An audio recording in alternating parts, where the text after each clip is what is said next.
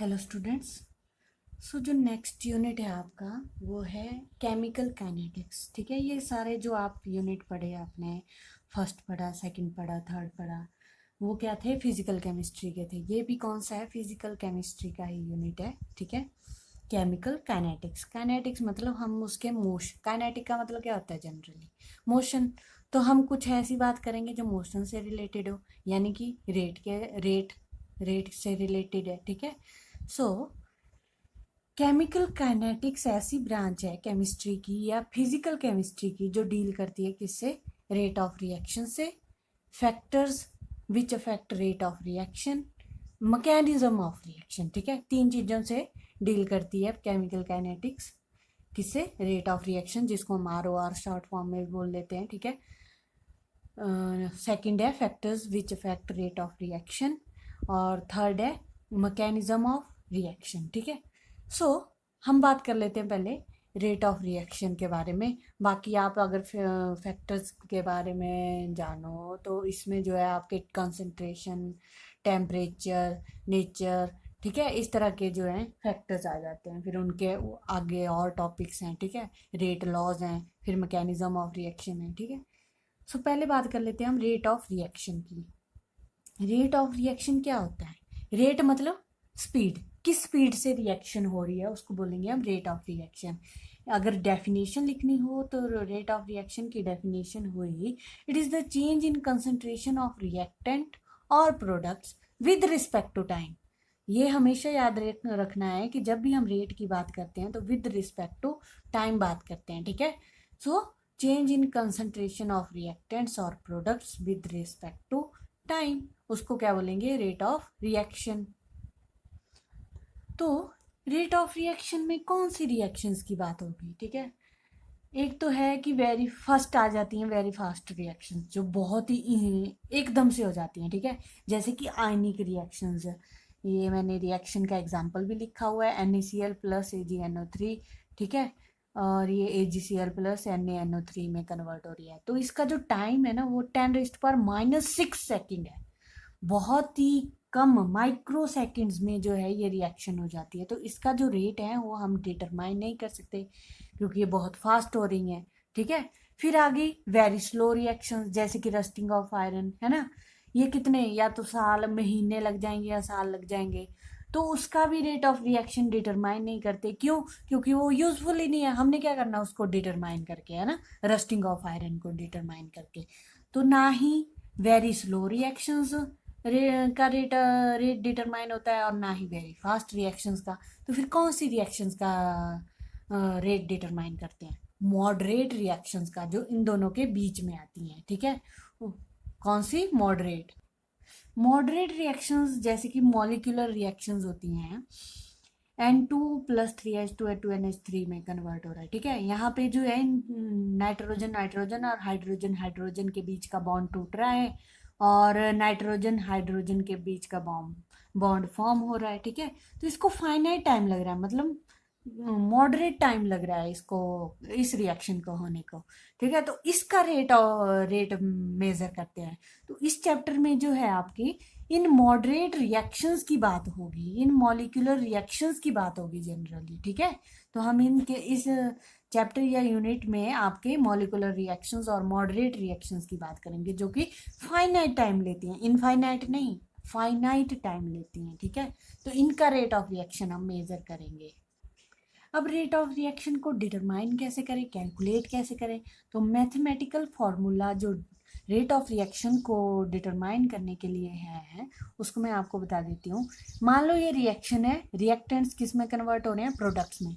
तो rate of reaction कैसे लिखेंगे हम? Decrease in concentration of reactants in with respect to time interval, ठीक है, divided by time interval is equal to increase in concentration of products divided by time interval. Decrease मतलब reactants की जो concentration है वो डिक्रीज हो रही है तभी जाके प्रोडक्ट्स बन रहे हैं। ठीक है, तो डिक्रीज का मतलब है इनके साथ माइनस लगेगा जब भी रिएक्टेंट्स की बात करेंगे, और जो प्रोडक्ट्स हैं उन वो इंक्रीज हो रहे हैं कंसंट्रेशन, तो मतलब इनके साथ पॉजिटिव साइन रहेगा।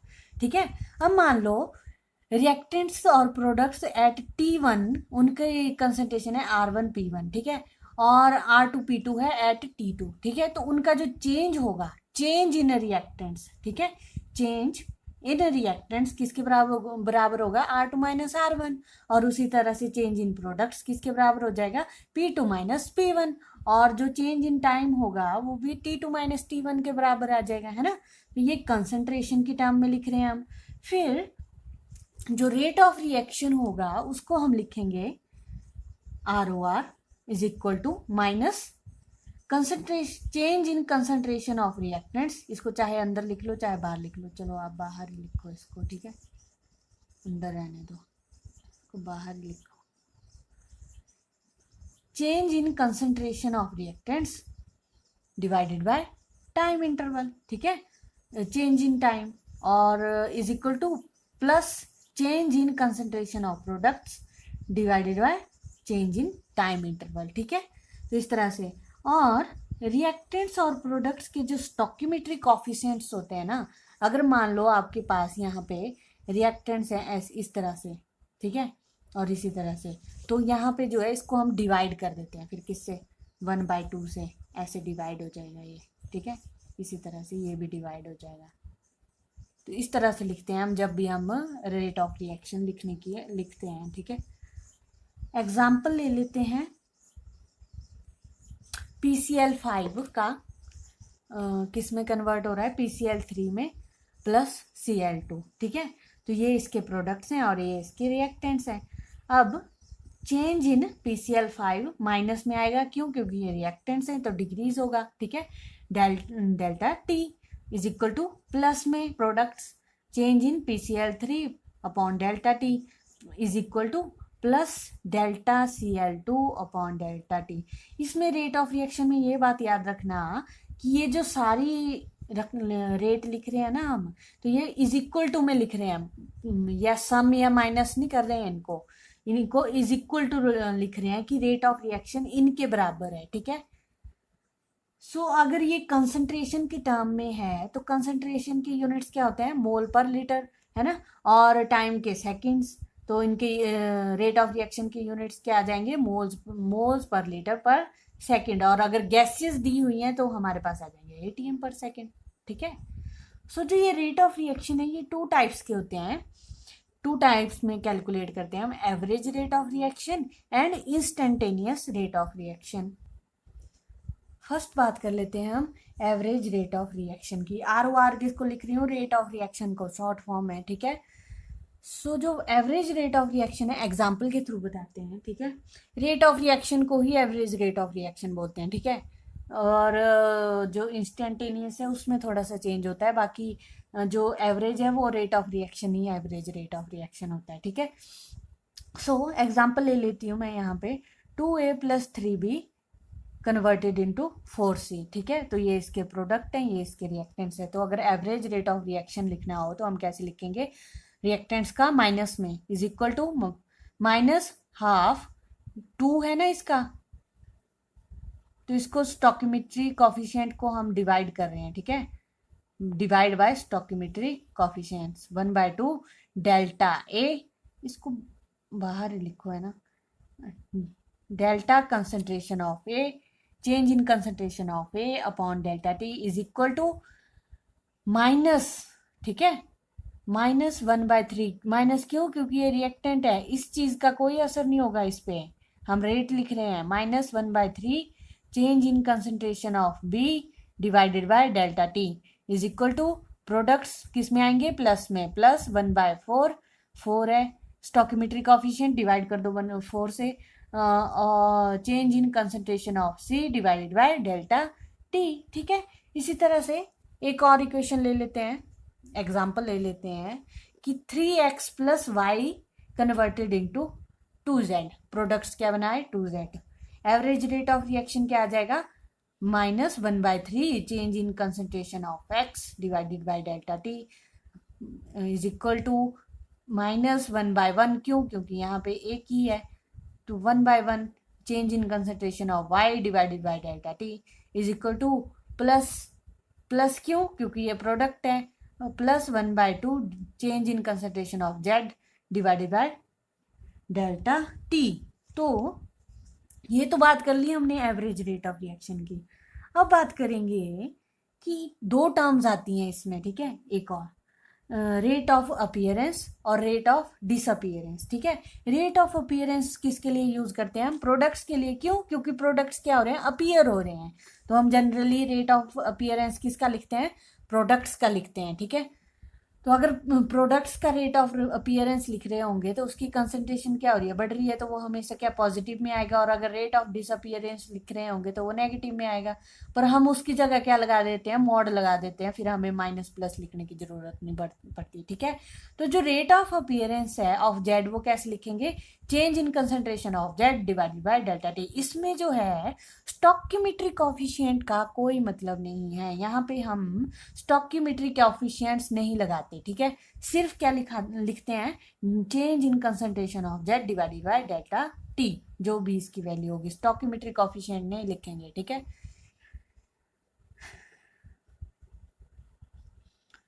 और रेट ऑफ डिसअपियरेंस भी वैसे ही आ जाएगा, change in concentration of x divided by delta T. ठीक है, और रेट ऑफ डिसअपियरेंस है तो ऑब्वियसली नेगेटिव साइन में होगा, और अगर अपीयरेंस है तो पॉजिटिव साइन में होगा। तो हम कभी कभी मॉड भी लगा देते हैं। अगर आपको मॉड नहीं लगाना है, इसको याद रखना है, तो डिसअपियरेंस के लिए माइनस, अपीयरेंस के लिए पॉजिटिव। ठीक है, सो हमारे पास एक क्वेश्चन है।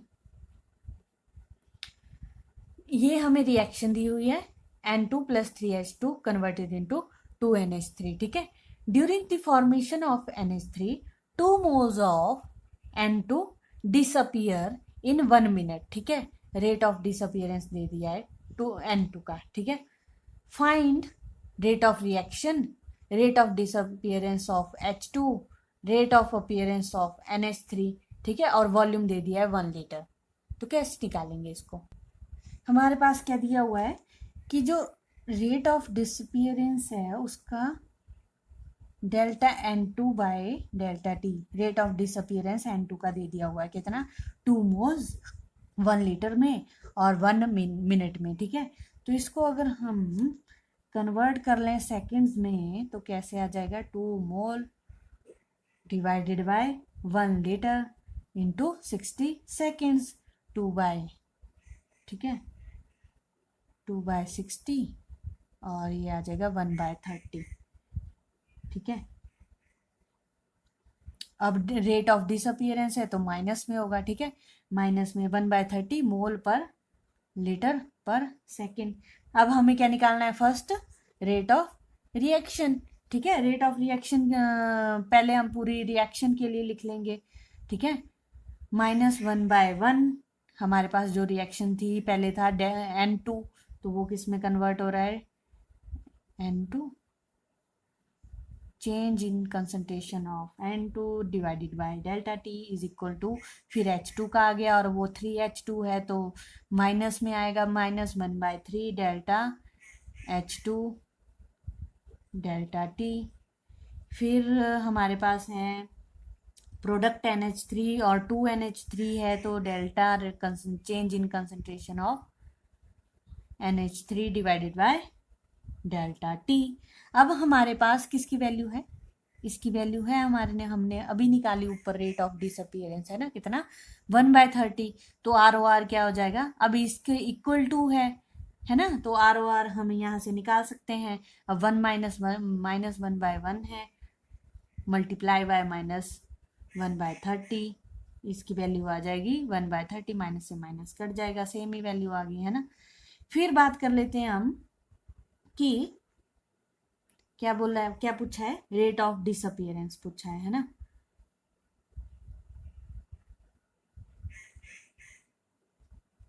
H2 का, तो रेट ऑफ डिसअपियरेंस के लिए मतलब यहाँ से इसकी वैल्यू हमें निकालनी है ना। तो ROR हमने यहाँ पे निकाल लिया, तो हम क्या करेंगे? 1/30 is equal to -1/3 delta H2 change in concentration of H2 divided by delta T. हम इसको इधर ले आएंगे तो वो क्या हो जाएगा? दिखाई दे रहा है? वो क्या हो जाएगा? ROD ऑफ H2 हो जाएगा, है ना। इसको अगर इधर ले आएंगे, क्यों, क्योंकि इसका स्टोकियोमेट्रिक कोफिशिएंट तो इधर ही रह जाएगा। तो ये क्या बन जाएगा, रेट ऑफ डिसअपियरेंस, है ना।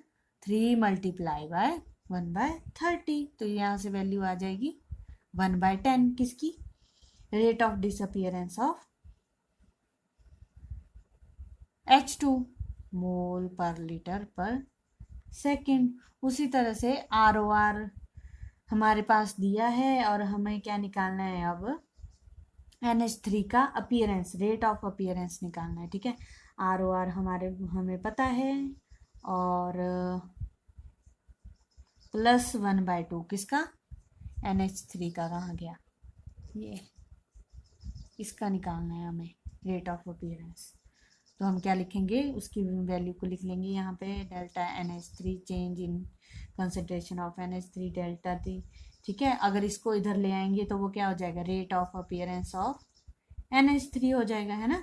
और यहाँ पे 2 मल्टीप्लाई बाय क्या आ जाएगा, ROR, तो यहाँ से 2 मल्टीप्लाई बाय 1/30, और यहाँ से अगर कैलकुलेट करें तो 1/15 आ जाएगी value rate of appearance of NH3 की, ठीक है।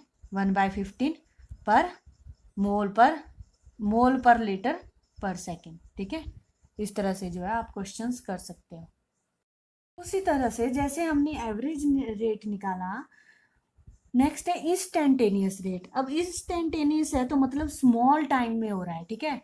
अगर डेल्टा टी है वो चेंज है 0 के बराबर, तो उसको हम DT, small change in time, ठीक है, टाइम इंटरवल, तो उसको हम DT से डिनोट करते हैं, ठीक है।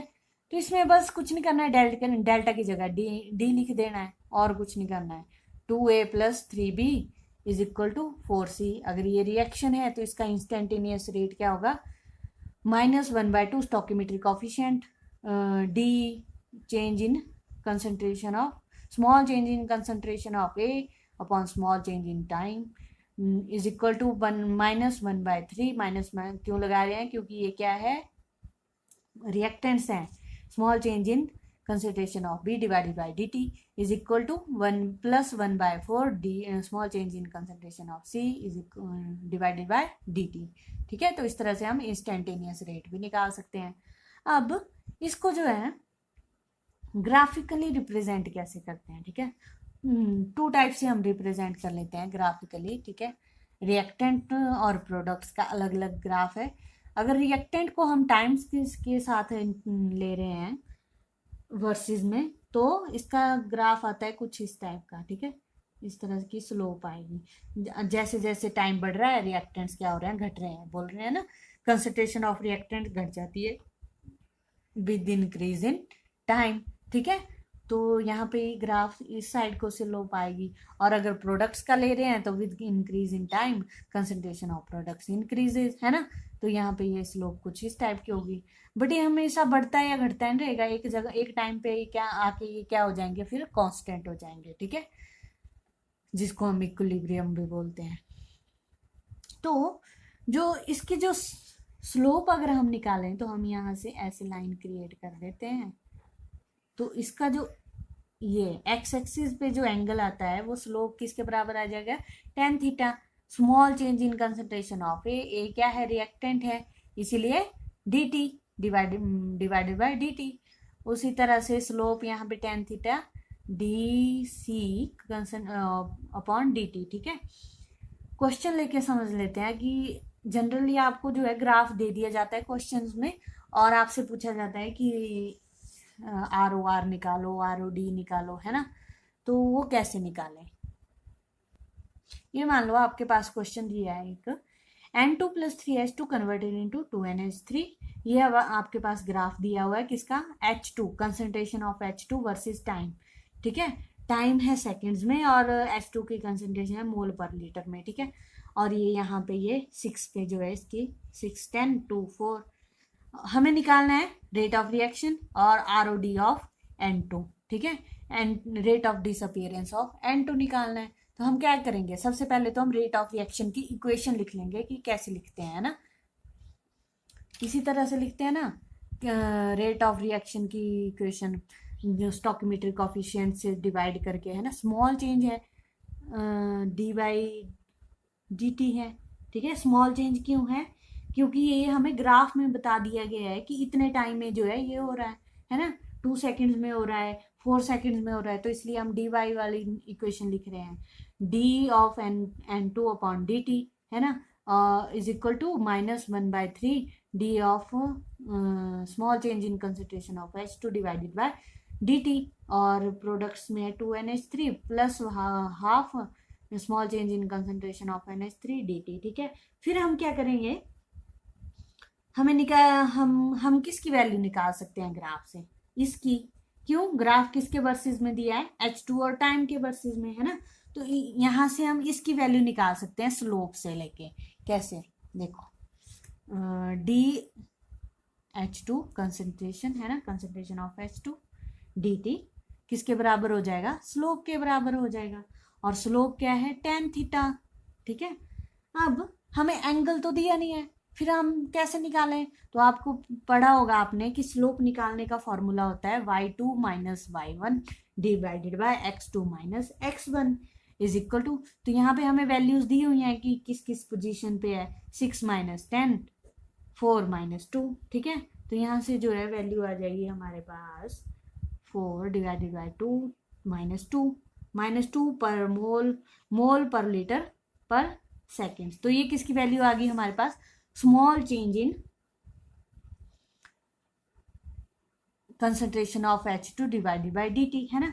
अब हमें रेट ऑफ रिएक्शन भी क्या हो जाएगा? इसके बराबर ही हो जाएगा, बट हमें क्या करना पड़ेगा? उसको मल्टीप्लाई बाय 1/3 करना पड़ेगा। तो हम कैसे लिखेंगे? ROR -1/3 small change in concentration of H2 dt।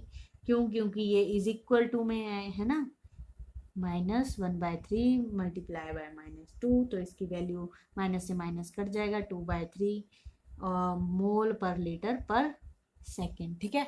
अब हमने ROR निकाल लिया। सेकेंड क्या था? Rate of disappearance of N2। हमें क्या निकालना है? अब ये वैल्यू निकालनी है, ठीक है।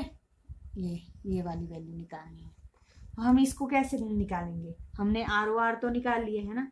तो ROR जब निकाल लिया तो हम उसको लिखेंगे ऐसे, ROR। अब ये क्या है? 1/1 ही है, तो हमें ज़्यादा कुछ करने की ज़रूरत है नहीं, 2/3, है ना।